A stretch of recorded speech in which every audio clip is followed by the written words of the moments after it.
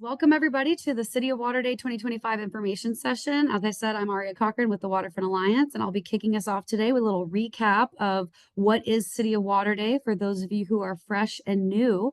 And for those of you who are seasoned veterans, stay tuned because we've got a lot to cover today. Not only, this year's theme and what we're focusing on, but also the new grant application process, the registration process. We'll go through all of that. And then at the end of the meeting, we'll have space for questions. So you guys can ask questions directly of, the Waterfront Alliance and the HEP team. And then at the very, very end, we'll have space for, per this poll that we just put out, you guys can jump into a breakout room and meet with other orgs, other participants, volunteers, water enthusiasts in your area and make those awesome connections for City of Water Day, whether it's partnering or brainstorming or networking. You guys will have that opportunity virtually at the end. So I think let's go ahead and kick it off. First slide. Oh, screen is totally covered. There might be a little bit of a lag, but so the second slide should be loading up now. Okay, so you guys can see there the itinerary for today, which is all the info, questions, and then brainstorm sesh. So yeah, just to recap with what is City of Water Day. So we are coming into the 18th year of City of Water Day, which is kind of crazy, especially for those who were here at the beginning. I was not, but I've heard it's, really exciting to see how much it's grown over the past 18 years. But City of Water Day really started as an initiative of the Municipal Art Society and Waterfront Alliance to basically get the city to realize that we are a city of water. We are on the water, we are surrounded by water. So, how do we put water on the map and get people's attention around it? And so that's when we first started the documentary City of Water, talking about and advocating for that diverse New York City waterfront. After the 2008 comprehensive waterfront plan was released, City Water Day became an annual tradition. It started as a festival that was on Governor's Island with just a few tents and some kayaking, and it grew into this massive festival with hundreds of partners from all over the region, New York, New Jersey, and it just grew into this big giant, hundreds of thousands of people participating in City of Water Day. And then right before the pandemic, we brought it out from a central location and into the neighborhoods where people were able to actually get on the water near them in their community. And that's kind of how we got to the City of Water Day iteration that we're in today, which is, as I said, the 18th year of City of Water Day, which is a day of activity, advocating, and access to the water in all of our communities across the region.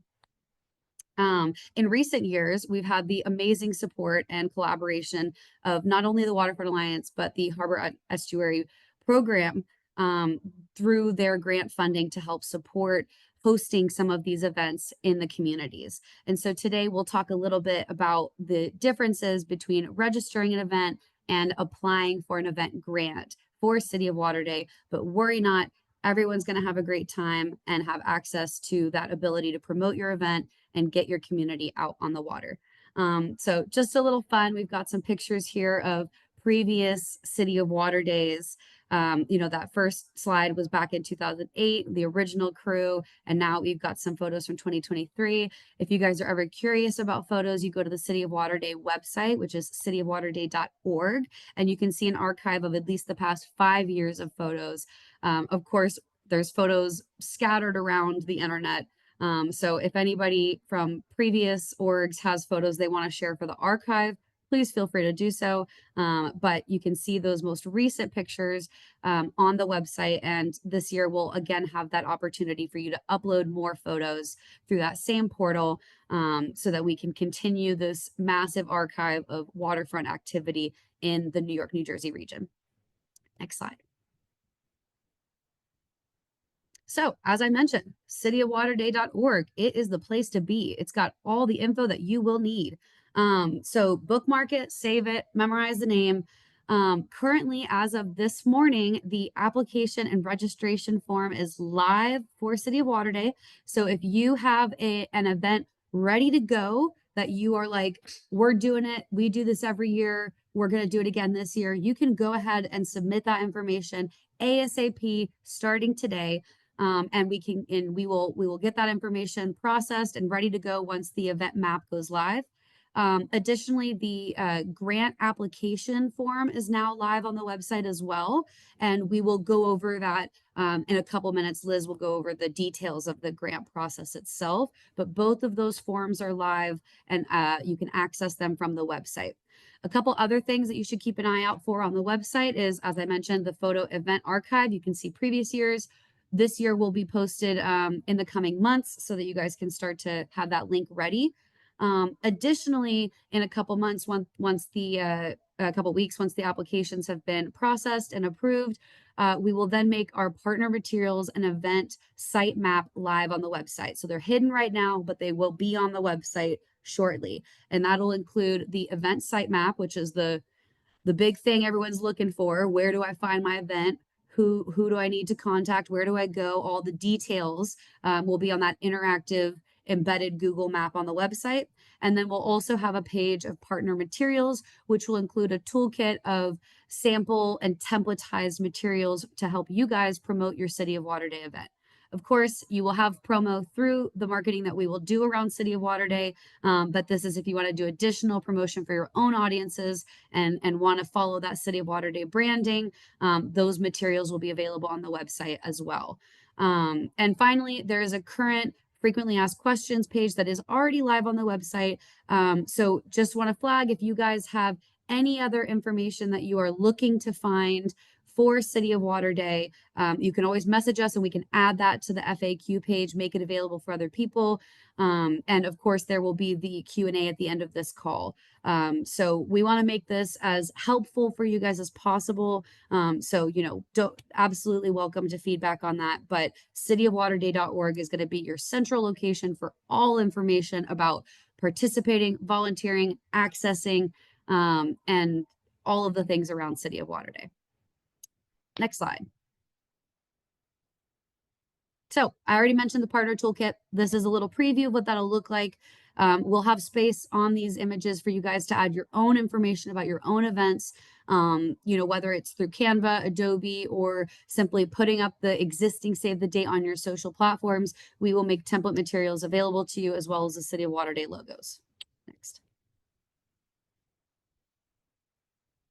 And that is, oh no, this is still. So you can see we've got the highlights from last year's events, from the 2024 City of Water Day. We were so excited that we were able, that HEP was able to receive over 50 applications and provide funding for 34 different organizations and community-based groups to help support their ability to host a City of Water Day event. So that's already in and of itself an awesome opportunity that you guys will stay tuned for more details about that. But just overall, last year was definitely a success. I know it was a bit rainy for those of you who were here last year, but we did have over 60 events across the region: New York, New Jersey, the Westchester County, all over pretty much. Randall's Island, you can see some of the highlights here. Of course, our annual Jamaica Bay Festival, shout out Jamaica Bay. So, you know, we've got we had new ones last year. We had our returning, you know, champions. So we're totally excited to see what this year will hold and how it will differ and build on the awesome events that we had last year. Thanks, Aria. Yeah, thanks for introducing that for us. Yeah, so I mean, before jumping into this year's grant process, you know, we wanted to kind of just like start by sharing some of the highlights from last year. As Aria started to talk about, you know, we had more than 70 like events actually register as part of City of Water Day, and out of those 70, again, like about 50, if not more, applied for that funding consideration. And we were happy to say that we were able to support more than half. And so we were really happy about that. And so our plans for this year are to continue that wonderful work. And so digging into our plans for, as you know, co-organizers of this wonderful day, our plan is to continue supporting dozens of partners across New York and New Jersey. And thanks to the support of EPA, among other potential sponsors that might be joining us this year, we're happy to say that we're going to continue providing those grants in the range of $1,000 to $4,000. And then these funds could be used to support your programs, but also other programmatic activities. But the goal is really for you to be able to put something on that day, of course. And so in total, we're going to be distributing more than $60,000 this year, which is like a nice bump from last year. We're planning to distribute $65,000 in total.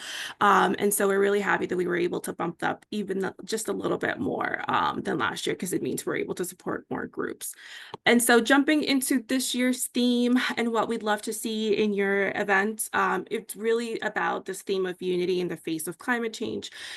We know that when it comes to preparing for extreme weather and severe weather, having those connections within your own community, it just allows us to recover faster, to act faster. And so we want to be able to see what you guys come up with as part of that.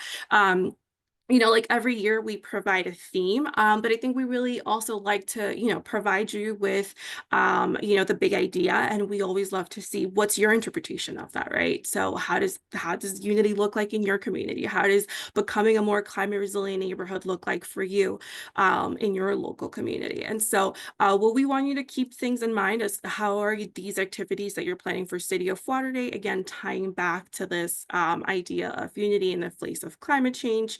How are you encouraging your neighbors to work with one another, again, to build those more climate resilient communities? As you're putting your programs together, how is the celebration helping continue to build those connections? Are people walking away with like key takeaway messages? And if so, what are they? That's really what we want you to be able to incorporate into your programming as you're, working on your application and thinking about, the day that you're preparing for City of Lauderdale. And for those that are not too familiar, this is pretty typical for those of you that participate every year. But for those who might be a little bit newer to City of Lauderdale, this is what a general timeline usually looks like. City of Lauderdale application opens up, which opened up today as of this morning. And if you, for some reason did not get that notification email, please be sure to add your email on the chat so that I can make sure you're on that distribution list.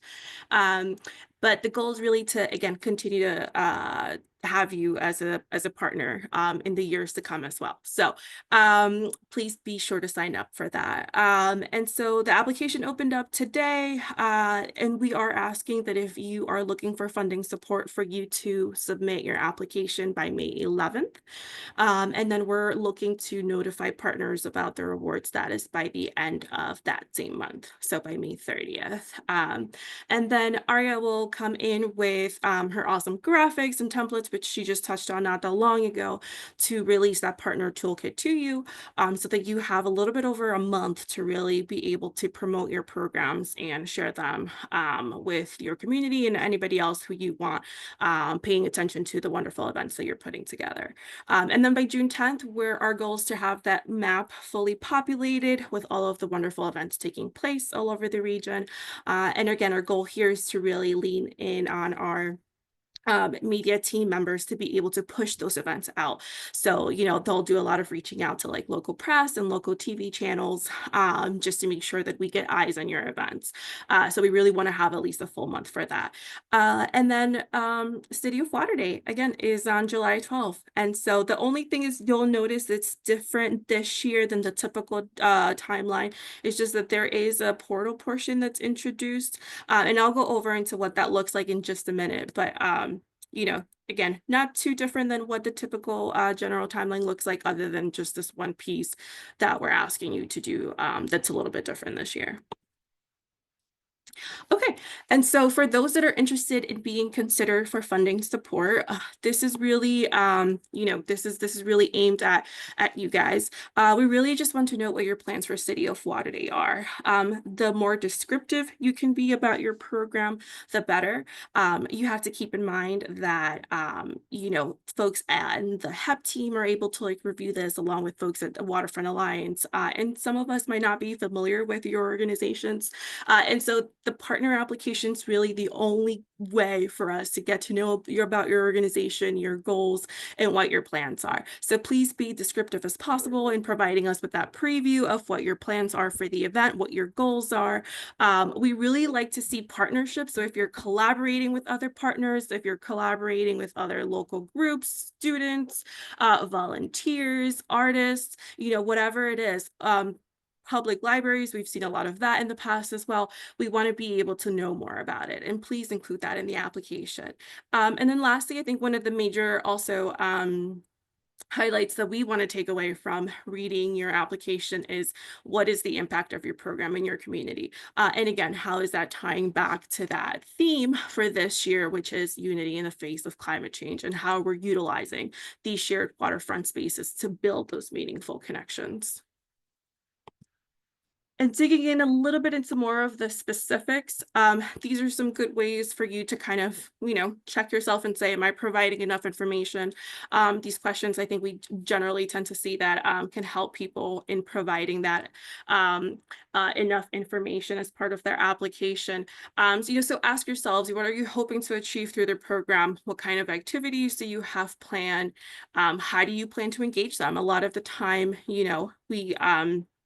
we have like these wonderful, beautiful events, and there isn't really much of an outreach plan for how they're promoting this to the community. And so we want to make sure that everything, all the work that you're doing to put these wonderful events, it's getting some eyes on it, it's getting some traction on it. And so we also want to be able to see what your engagement plan is, to make sure that everybody knows that this is happening and that you're putting it together. The number of people that you're expecting at your event and how many people you're expecting to reach, that's also another good way for you to let us know that you're thinking about this, that you're thinking about the impact of your program. If you're planning to reach, a sizable number of people within your community, that's always great to see. And then again, kind of back to those questions about what are the takeaways, what is the audience leaving with, how does this year's theme align with your organization's mission? How are you incorporating that? Are you using City of Lauderdale to promote other initiatives happening as part of your organization? We think this is a good way to also make sure that community members are becoming more aware about the work that you all do, right? And how they can continue to be involved with your organization even after City of Lauderdale is over.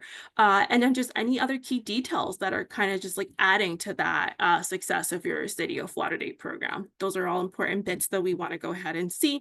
And again, I know it seems like a lot to kind of fit in an application, but again, the application is really the only thing that we have that allows us to be able to get the full scope of not just your program, but also of your organization and your organization's mission. And then, so as Aria mentioned, our registration for these grants is officially open. You will be able to find that on cityoflauderdale.org/application. Again, you will be able to not only register for your event, so regardless of whether you're interested in applying for funding or not, that's the application that you want to go to register your program. And as you go through it, there will be a question on there that says, do you want to be considered for funding support? If you hit yes, that's when it'll open up some of those more specific grant questions. But regardless of whether you're interested in applying for support or not, that's the way to do it, to be able to go on that application tab within our website to be able to submit for your event. And yeah, so please provide us with all the information that, is on there as best as you can. We use that information to share your programs. As you can see, you have a few photos here of the newsletter that we sent out. We promote that with thousands of people within our, not just the HEP network, but also Waterfront Alliance network. That's the newsletter that we also share with a lot of those press contacts. And we tell people like, hey, like these are the wonderful events happening. And so that's why we really need, the best descriptions and the short summary versions of your programs so that we can promote those out, to our other partners as well, and highlight your wonderful events. So it'll go, your events will be shared in our newsletter and social media channels, our interactive map on our website, and our media managers would do the best they can at making sure that it's pushed out to as many eyes as possible. Okay, and so digging in now into the portal. So This is Proposal Central. It's a new software that the Hudson River Foundation is using. And if you guys aren't too familiar with us, the HRF is the fiscal administrator of the New York, New Jersey Harbor and Estuary Program. So this is something that we will also incorporate into our programs as well. And so I will say this, it's a little scarier to look at than it actually is. And I promise that we will be with you throughout the whole step of this process. So starting off, again, if you're interested in getting that funding support, you're going to fill out that application form embedded into the City of Lauderdale website. After that, you are going to go to proposalcentral.com. That link has been provided in the Google form itself as an instructions sheet, so you'll be able to find that. I'm also going to ask Zoe to drop that link to that instructions sheet in the chat as well, so folks can take a look at it. But you're going to go to proposalcentral.com. This is the software that we are using, and you're going to sign up to create a new account. And so it's easy. All you have to do is you're going to be able to see this page once you go to that link, and you're going to be able to submit your email. And once you do that, you're going to be able to just confirm that this is the email that you'd like to use. So essentially, once you're done confirming your new account, you are in.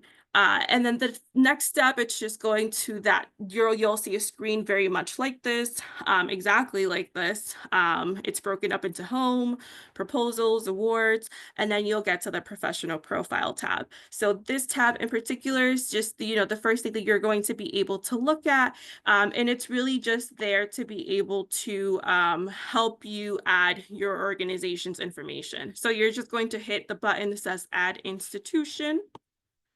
You're going to write in the name of your organization on top here. As you can see, I have written Hudson River Foundation on top. And then you're going to hit Display Results, and your organization will be coming up in this list of names right here that you see here. If for some reason your organization is not displayed as part of that list, you can request for it to be added. And the way to do that is just by simply hitting this Request a New Institution Profile button. That will take you to this page that just asks for some basic information about, the name of your organization, the information of the person who's filling this out, what's your position, what's your title, what's your email, just really basic general stuff. It's mostly just asking just to make sure that your organization's now in the system. And once you do this, you do not have to worry about doing this again. So if you come back to us next year, your organization will be added and you will not have to add any more additional information to that. Okay, and so once you go ahead and add your organization, or your organization was part of that list, you are done working on your professional profile. And all you have to do is go to the tab right one over, which is grant opportunities. All you have to do is hit in that search bar, as you can see here by the arrow, City of Lauderdale, and the program for City of Lauderdale will come up. So all you have to do is hit that blue button that says Apply Now. And once you do that, again, I know it seems like a lot of steps, but I promise you this is like the hardest bit, and then you'll be done and you won't have to worry about it. And so like once you're in, this section on your left here will open up and it'll show you the sections that you'll need to fill out, starting with the title page. This is just a quick title. You can always go back to it and edit it later. It's just a simple name to give your application. And then all you have to do is hit save. Once you hit save, then you can move on to the rest of these sections, because if you don't give it a name, it won't let you continue. So just make sure that you add something on that field and hit save. And then you'll be moved to event host information. That section, as well as the institution section, you won't have to worry about. That will be automatically populated for you because you have already filled out on the professional profile tab. So you don't have to worry about that. And then if you feel like you're needing help, you want to pass this on to somebody else within your organization to help you submit, the section 4 titled Enable Other Users to Access This Proposal, you can write in the email of someone else in your organization who might be willing to do this submission for you. That's where you'll be able to add their email address, but it's not required. It's fully optional. Okay. And then you're almost done. The last two steps are the simplest that you can do. You simply just have to validate your application. There'll just be a button that says validate. That will essentially make sure that there aren't any fields that are required that didn't get filled out. And if there's like any problematic issues with your application, which again, you've only provided us basic info, so I don't anticipate anything coming up as part of that. But all you have to do is click validate. That'll take you to the next section, which is just submit. And all you have to do there is just hit the submit button and you're officially done. Your organization is going to officially be in the system, and we'll officially have your information. And you won't have to worry about doing this again next year. Next year, all you'll have to do is again, kind of just submit your basic event name, but you won't have to worry about adding your organization or anything along those lines. So we are here to provide support. Again, I believe Zoe might have already shared this in the chat, but we did create step-by-step instructions on how to go through with this. In addition to sharing that, we'll obviously also share the recording of this meeting, and we'll also share the slides that provide all of these pictures as well. And then, the software also has a support line who it's really good about getting back to you right away. So that line is also included in this slide. And then as always, please feel free to email me. We know it's a new system. Again, I promise you it looks a lot scarier than it is. All we're asking you to do is essentially create an account and provide us with the basic information about your organization. It'll definitely be once you get the hang of it, it's so easy to navigate through. But that's essentially it. We are going to end it here if folks have any questions. And then just lastly, if you have any, please, if you have any questions, reach out to us or follow us at cityoflauderdale.org, and our social media handles are also on there, just to stay on top of the latest City of Lauderdale news. But with that, I'll go ahead and stop sharing my screen just so I can read the chat. And I know it seems like we covered a lot, but there's 50 plus messages in here. All right, so as we dig through those, if you have any questions, why don't we maybe start raising our hands? If you do have any questions, we do have about 10 minutes before breaking up into the breakout rooms.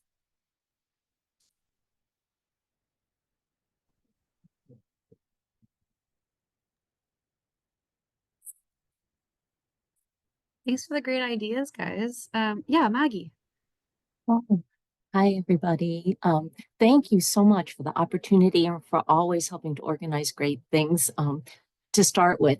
But you might see at a couple of points in the chat, people were looking for the specific application content questions in advance so we can prepare all the text separately before having to go to the Google form. Because in the Google form, you do have to click through several stages before you get to see the questions. So if that's possible in some way, that might be helpful. So just offering that. Yeah, that's such a great suggestion, Maggie. I don't see why not. I will say that even after you submit your application, you can go back and edit it as many times as you would like. And so just know that. I mean, we did give ourselves a deadline just because we wanted to make sure that we wanted as much information as we could to populate the map. So I think we said June 6th was when we'd like to have all that information. And so I think up until then you will be able to edit your application. But yeah, I don't see why we couldn't share the questions beforehand as well so that it's ready to go as you're actually doing the form.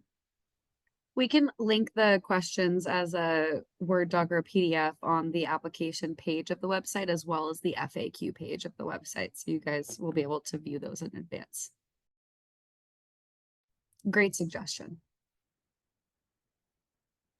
Yeah. Any other ideas? Comments?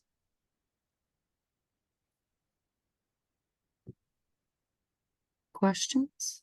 Oh, Sorry, I'm yes, like going through the chat. Joy. Thanks. I was just wondering, when you create these this account, is this account linked to an association, an organization, or an individual? Because I started creating it, now it wants like my professional profile, which seems to be about me, not about the organization, and then I have to link to an organization. And I mean, this is actually true of a lot of these systems, but I don't want a personal account. I just want to create an account for our organization. Yeah, so definitely if you are the representative, and I'm seeing that your organization here is Harlem River Community Rowing. Yeah, so if you feel comfortable being the representative of Harlem River Community Rowing, that would be the information that you are submitting on behalf of Harlem River Community Rowing. So you can use your email as part of, you know, your association with that group, but the information that you are providing, the address, you know, I think it's going to ask you again for like a contact email, phone number.